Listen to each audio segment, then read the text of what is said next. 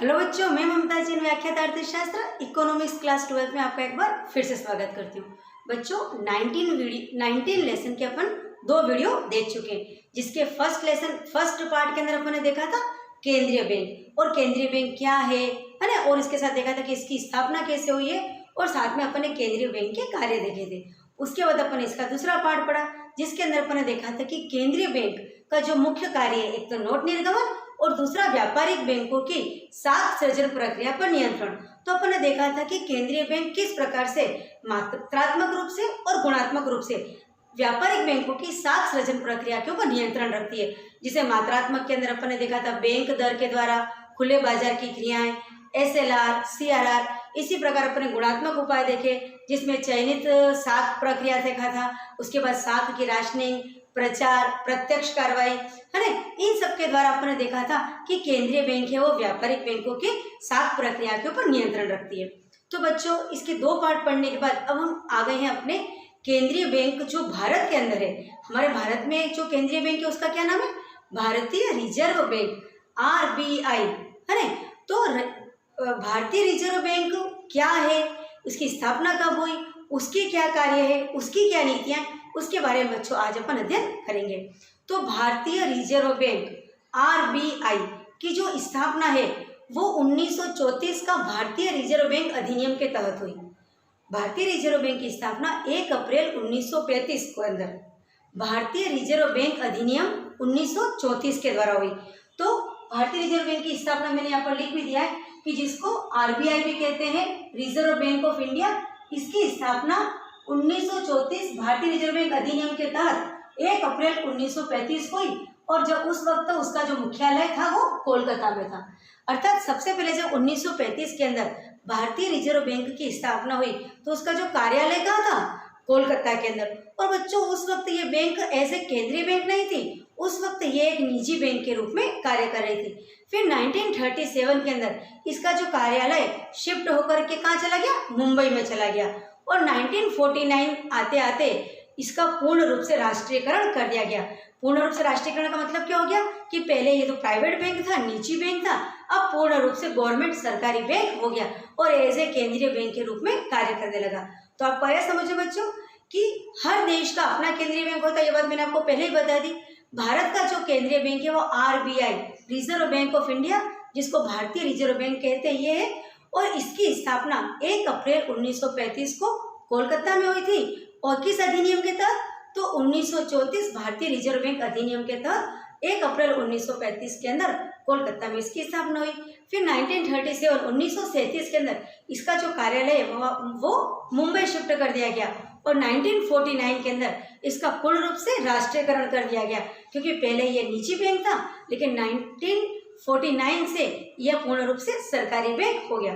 तो ये तो हो गई भारतीय रिजर्व बैंक की स्थापना के बारे में बात। अब बच्चों मैं आपको बताऊंगी कि भारतीय रिजर्व बैंक का संचालन किस प्रकार से होता है। जैसे आपने देखा ना कि भारतीय रिजर्व बैंक सभी व्यापारिक बैंकों के ऊपर नियंत्रण रखता है, और जिसका उद्देश्य क्या है कि व्यापारिक बैंक अपना मनमानी न करे, क्योंकि व्यापारिक बैंक का मुख्य उद्देश्य होता है लाभ कमाना। तो केंद्रीय बैंक अपने मात्रात्मक उपाय और गुणात्मक उपाय के द्वारा व्यापारिक बैंकों की साख सृजन प्रक्रिया पर नियंत्रण करती है। तो आखिर इस व्यापारिक बैंक का संचालन कैसे होता है? तो इस केंद्रीय बैंक का संचालन किस प्रकार से होता है? तो केंद्रीय बैंक का जो संचालन होता है वो केंद्रीय निदेशक बोर्ड के द्वारा होता है, और जिसकी जो मनोनयन का कार्य सरकार के द्वारा किया जाता है। तो जो हमारी सरकार है वो केंद्रीय निदेशक बोर्ड के द्वारा इस केंद्रीय बैंक के पूर्ण रूप से गठन करती है। अब गठन जो इसका होता है, इस गठन के अंदर जो इनकी जो नियुक्ति होती है उसके अंदर सरकारी निदेशक भी होते हैं और कुछ गैर सरकारी निदेशक भी होते हैं। सरकारी निदेशक के अंदर एक तो गवर्नर होता है और 4 उप गवर्नर होते हैं। और ये जो जितनी भी नियुक्ति है वो 4 वर्षों के लिए होती है बच्चों।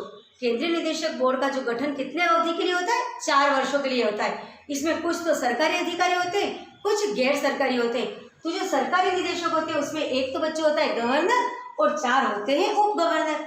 और ये जो पूर्ण काल के लिए होते हैं, अर्थात 4 वर्ष की अवधि के लिए ये होते हैं, एक गवर्नर और 4 उप गवर्नर। गवर्नर ही सर्वे सर्वा होता है। हमारी जो करेंसी है, भारत की करेंसी क्या है पता है ना आपको? रुपया। और रुपये का साइन भी पता होगा आपको, इस तरह का रुपये का साइन है। तो जो भारतीय रुपया है उसके ऊपर आपने देखा होगा कि गवर्नर के साइन होते हैं, अर्थात वो वैधानिक तभी होता है जब उसके ऊपर गवर्नर के साइन होते हैं। तो जब इसका गठन होता है तो जो सरकारी जो निदेशक होते हैं उसमें एक तो गवर्नर और 4 उप गवर्नर, और जो गैर सरकारी निदेशक में 10 विभिन्न क्षेत्रों के 10 तो निदेशक होते हैं, 2 सरकारी अधिकारी होते हैं और 4 स्थानीय बोर्डों में से प्रत्येक से निदेशक होता है। इस प्रकार केंद्रीय निदेशक बोर्ड का गठन होता है। और अब इसके अंदर जो इनका डेजिग्नेशन होता है वो किस तरह से होता है, तो सबसे ऊपर बोर्ड होता है, बोर्ड के अंदर फिर गवर्नर, फिर उप गवर्नर, कार्यपालक निदेशक, प्रधान मुख्य प्रबंधक, प्रभारी मुख्य प्रबंधक, मुख्य महाप्रबंधक, महाप्रबंधक, उसके बाद उप महाप्रबंधक, सहायक महाप्रबंधक, प्रबंधक, सहायक प्रबंधक और लास्ट में आता है सहायक स्टाफ। तो ये क्रम इस तरह से चलेगा। बच्चों यहाँ पर जगह नहीं थी इसलिए मैंने यहाँ बनाया, बाकी आपको इस तरह से इसको बनाना है। तो बच्चों ये हो गया केंद्रीय निदेशक बोर्ड का गठन, जो कि सरकार के द्वारा होता है, जिसका सबसे हेड होता है गवर्नर, फिर उप गवर्नर, और इस तरह ये पद इनके सबके डेजिग्नेशन इस तरह से चलते जाते हैं। और ये पूरा गठन होता है वो 4 वर्ष की अवधि के लिए सरकार के द्वारा किया जाता है। और गठन के अंदर मैंने आपको बताया था कि कुछ सरकारी निदेशक होते हैं, कुछ गैर सरकारी निदेशक होते हैं, और इस प्रकार ये पूरा भारतीय रिजर्व बैंक का इस तरह से गठन होता है। और ये जो गठित सदस्य हैं वही व्यापारिक बैंकों के ऊपर नियंत्रण का कार्य करते हैं, नोट निर्गमन का कार्य करते हैं। आया बात समझो बच्चों? तो ये तो हो गया भारतीय रिजर्व बैंक का संचालन किस प्रकार से होता है, गठन किस प्रकार से होता है। अब हम लेसन को आगे बढ़ाते हुए आएंगे भारतीय रिजर्व बैंक के कार्य। तो बच्चों अपन ने केंद्रीय बैंक के कार्य देख लिए, तो जो काम केंद्रीय बैंक कर रही है वही भारतीय रिजर्व बैंक भी करेगी। एक माइनर सा डिफरेंस होगा, क्योंकि केंद्रीय बैंक के अंदर हमने एक ऐसी प्रतिनिधि बैंक का चयन किया था जो सभी देशों के अंदर होती है, और अब हम जब भारतीय रिजर्व बैंक की बच्चों बात कर रहे हैं तो हम सिर्फ हमारे भारत देश की बात कर रहे हैं। तो जो भारत के अंदर जो भारतीय रिजर्व बैंक है उसके जो कार्य है उसको मैंने 8 भागों में बांट दिया है। सबसे पहले नोट निर्गमन, बिल्कुल सही है कि भारतीय रिजर्व बैंक न्यूनतम कोष प्रणाली, न्यूनतम कोष प्रणाली याद है ना आपको, 200 करोड़ रुपए का माल होना चाहिए, जिसमें 115 करोड़ का सोना और 85 करोड़ की विदेशी प्रतिभूतियां रिजर्व के अंदर रखने के बाद हमारा जो भारतीय रिजर्व बैंक है वो क्या करता है, नोट का निर्गमन, इट मीन्स वो नोट की छपाई का या रुपये की छपाई का कार्य करता है। और नोट की छपाई केंद्रीय बैंक अर्थात हमारे भारत देश में भी सिर्फ और सिर्फ आरबीआई ही कर सकती है, वहाँ पर उसका एकाधिकार होता है, वहाँ पर उसकी मोनोपोली होती है। और इसका उद्देश्य ये भी यही है कि पूरे देश में एक रूपता रहे और विनिमय के अंदर सुविधा रहे। ये इस उद्देश्य से जो नोट निर्गमन का कार्य कौन करता है, हमारी भारतीय रिजर्व बैंक करती है। और कौन सी प्रणाली के अंतर्गत, न्यूनतम कोष प्रणाली। अब बच्चों सेकंड इसका काम है मौद्रिक प्राधिकरण। मौद्रिक प्राधिकरण का यह मतलब है कि भारतीय रिजर्व बैंक ही मौद्रिक नीतियों का निर्धारण करता है, और इन्हीं मौद्रिक नीतियों का जो उसने जो निर्धारण किया है उसी को व्यापारिक बैंकों को मानना होता है। उसके बाद आता है वित्तीय प्रणाली में नियामक के रूप में। बच्चों जो भारतीय रिजर्व बैंक होता है वो क्या करता है, अपनी जो जमा करता है और अपने जो ग्राहक है अर्थात इसके ग्राहक कौन है, व्यापारिक बैंक। तो व्यापारिक बैंकों को सभी सुविधाएं व्यवस्थित मिले, उनके साथ कोई चीटिंग ना हो, और समय समय के ऊपर अपनी नीतियों के द्वारा राष्ट्र हित के अंदर ये कार्य करता है। इसी को कहते हैं हम वित्तीय प्रणाली के नियामक। यानी जितना भी वित्तीय शासन चल रहा है वहाँ पर सभी कार्य सही तरीके से हो, ये जिम्मेदारी होती है हमारे भारतीय रिजर्व बैंक की। फिर ये विदेशी मुद्रा प्रबंधन। तो जैसे हमने पहले भी बात करी थी कि सभी देश आपस के अंदर व्यापार करते हैं, तो हमारा भारत भी अन्य देशों के साथ व्यापार करता है, जिसमें आयात और निर्यात करता है। और जब आयात और निर्यात होगा तो मुद्रा का लेन देन भी होगा, अपने देश को दूसरे देश की मुद्रा में ट्रांसफर करना, दूसरे देश की मुद्रा को अपने देश की मुद्रा में ट्रांसफर करना, ये सारा कार्य कहलाता है विदेशी मुद्रा प्रबंधन।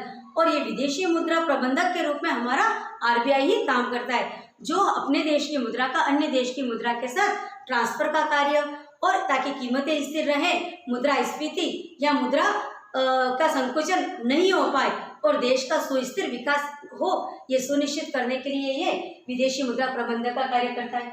इसी प्रकार विकासात्मक भूमिका, तो राष्ट्र का विकास हो, जो राष्ट्र के उद्देश्य है, राष्ट्र के विकास के जो उद्देश्य है वो सही हो, उसके उद्देश्यों की 100% पालना हो, उस उद्देश्यों की 100% प्राप्ति हो, उसके लिए हमारा आरबीआई हमेशा प्रयासरत रहता है और अपनी नीतियों के द्वारा देश के अंदर सुदृढ़ भुगतान संतुलन, रोजगार की प्राप्ति, सुस्थिर विकास और कीमत स्थिरता के लिए ये प्रयास करता ही रहता है।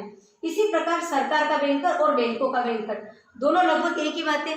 सरकार का बैंकर यानी राज्य सरकार और केंद्र सरकार, उनको यदि कोई भी वित्तीय समस्या होती है तो ये आरबीआई के पास ही जाते हैं। ये अपने धन संबंधी यदि उनको ऋण की आवश्यकता है, बड़े बड़े प्रोजेक्ट चलते हैं, उन सब के लिए पैसा ये कहाँ से लाते हैं? आरबीआई से। और इनका साथ में ये सलाहकार भी होता है, वित्तीय सलाहकार भी होता है। देश के अंदर मौद्रिक नीतियां और राजकोषीय नीतियां लागू करने में भी आरबीआई का ही हाथ होता है। तो इस प्रकार यह सरकार का बैंकर हो गया और बैंकों का बैंकर भी इसलिए हो गया कि देश में जितने भी तरह के वित्तीय संस्थान हैं, जितने भी तरह की बैंकें हैं, सभी का जो नियंत्रण होता है वो आरबीआई के द्वारा होता है। सभी को ऋण प्रदान करना और सभी के ऊपर मौद्रिक नीतियों का लागू करना, ये काम होता है आरबीआई का।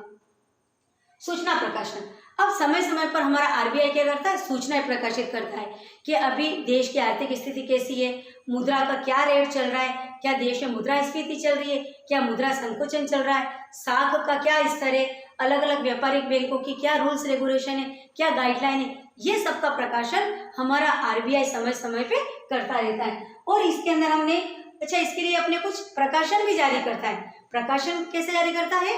तो इसके कुछ मासिक प्रकाशन होते हैं, कुछ वार्षिक, कोई त्रैमासिक, तो कोई अर्धमासिक होता है। ये अपने प्रकाशन जारी करता है। यहाँ पर मैंने आपको एक तो वार्षिक, दो तो ऐसे प्रकाशन बताए जो वार्षिक वर्ष में एक बार मुद्रित होते हैं, और दो ऐसे बताए जो माह में एक बार मुद्रित होते हैं। तो वार्षिक प्रकाशन के अंदर है भारत के बैंकिंग की प्रवृत्ति एवं प्रगति रिपोर्ट। एक तो ये इसका मैगजीन है और दूसरा है करेंसी व वित्त पर रिपोर्ट। ये इसकी वार्षिक पत्रिका है जो वर्ष में एक बार प्रकाशित होती है, और इसके द्वारा जनता को मौद्रिक नीतियों के बारे में पता चलता है। केंद्रीय बैंक और व्यापारिक बैंकों की क्या नीतियां हैं, क्या रेट चल रहा है, रेपो दर क्या है, रिवर्स रेपो दर क्या है, ये सब अभी मैं और बताऊंगी। तो इसके बारे में जानकारी मिलती रहती है। इसी प्रकार मासिक पत्रिकाओं में भी भारतीय रिजर्व बैंक बुलेटिन और monetary and credit information review, ये दो ऐसी पत्रिकाएं जो मासिक इसकी पत्रिकाएं। तो बच्चों, अपन ने आज देखा कि भारतीय रिजर्व बैंक की स्थापना कब हुई थी? 1 अप्रैल 1935 को। और कौन से अधिनियम के तहत? 1934 भारतीय रिजर्व बैंक अधिनियम के तहत हुई थी। और ये इसका जो पहला जो कार्यालय वो कहाँ था? कोलकाता में, और यह उस वक्त निजी था। फिर 1937 में मुंबई में चला गया और 1949 के अंदर इसका राष्ट्रीयकरण कर दिया गया। फिर मैंने बताया कि जो इसका संचालन पूरा केंद्रीय निदेशक बोर्ड के द्वारा होता है, जिसका जो नियुक्ति होती है वो सरकार के द्वारा की जाती है, और केंद्रीय निदेशक बोर्ड के अंदर इस तरह से डेजिग्नेशन इसमें चलते रहते हैं। ये पूरा चार्ट आपको बच्चों बहुत अच्छे से याद करना है। 6 नंबर का क्वेश्चन भी आ सकता है, तो आपको पूरा इसका बेसिक बताना होगा, फिर इसका पूरा चार्ट बनाना होगा, और फिर बताना होगा कि इसकी नियुक्ति कैसी होती है। तो इसमें सरकारी निदेशक होते हैं, गैर सरकारी निदेशक होते हैं। सरकारी निदेशक में 1 गवर्नर, 4 उप गवर्नर होते हैं, और गैर सरकारी में 10 निदेशक अलग अलग क्षेत्रों से, 2 सरकारी अधिकारी और 4 स्थानीय बोर्डों से प्रत्येक से 1 निदेशक होता है। तो ये पूरा आप लिखोगे तब जाके आपको निबंधात्मक क्वेश्चन आता है, तो आपको पूरा नंबर मिलेंगे। इसके बाद मैंने आपको बताया कि भारतीय रिजर्व बैंक क्या क्या कार्य करता है। तो भारतीय रिजर्व बैंक के लगभग कार्य वही है जो हमारे केंद्रीय बैंक के थे। तो बच्चों, आज की वीडियो में मैं आपको इतना ही बता रही हूँ। अब हम मेरी अपनी 19 लेसन की एक और वीडियो बनेगी, जिसके अंदर मैं बताऊंगी कि भारतीय रिजर्व बैंक के उपकरण क्या है, जिसके द्वारा ये नियंत्रण रखता है साख पर। तो रेपो दर, रिवर्स रेपो दर, SLR, CRR पढ़ेंगे। फिर मैं बताऊंगी कि जो केंद्रीय बैंक और व्यापारिक बैंक के अंदर हम आसानी से इसके द्वारा अंतर कर लेंगे, क्योंकि अपन ने 18 चैप्टर के अंदर व्यापारिक बैंक पढ़ लिया है और अब अपन केंद्रीय बैंक भी पढ़ लिया है, तो हम दोनों के अंदर डिफरेंस भी बहुत आसानी से कर लेंगे। और भारतीय रिजर्व बैंक की मौद्रिक नीति के बारे में भी मैं आपको नेक्स्ट वीडियो के अंदर बताऊंगी। तो बच्चों, आज की इस वीडियो को अच्छे से देखिए। आप चाहो तो इसका पूरे का एक स्क्रीनशॉट लेकर के और इसको जूम करके देखिए, क्योंकि मैंने इसके अंदर पूरे जो मैंने आज की वीडियो में पढ़ा है उसको बहुत ही शॉर्ट रूप में लिख रखा है। वीडियो के बाद में मैं इसके नोट्स भी अपलोड कर रही हूँ, जिसको आप अपनी कॉपी में लिख लीजिए, ताकि आपका ये चैप्टर बहुत अच्छे से तैयार हो जाएगा। तो वापस से नेक्स्ट वीडियो के लिए बच्चों आप रेडी लीजिए। तब तक के लिए थैंक यू।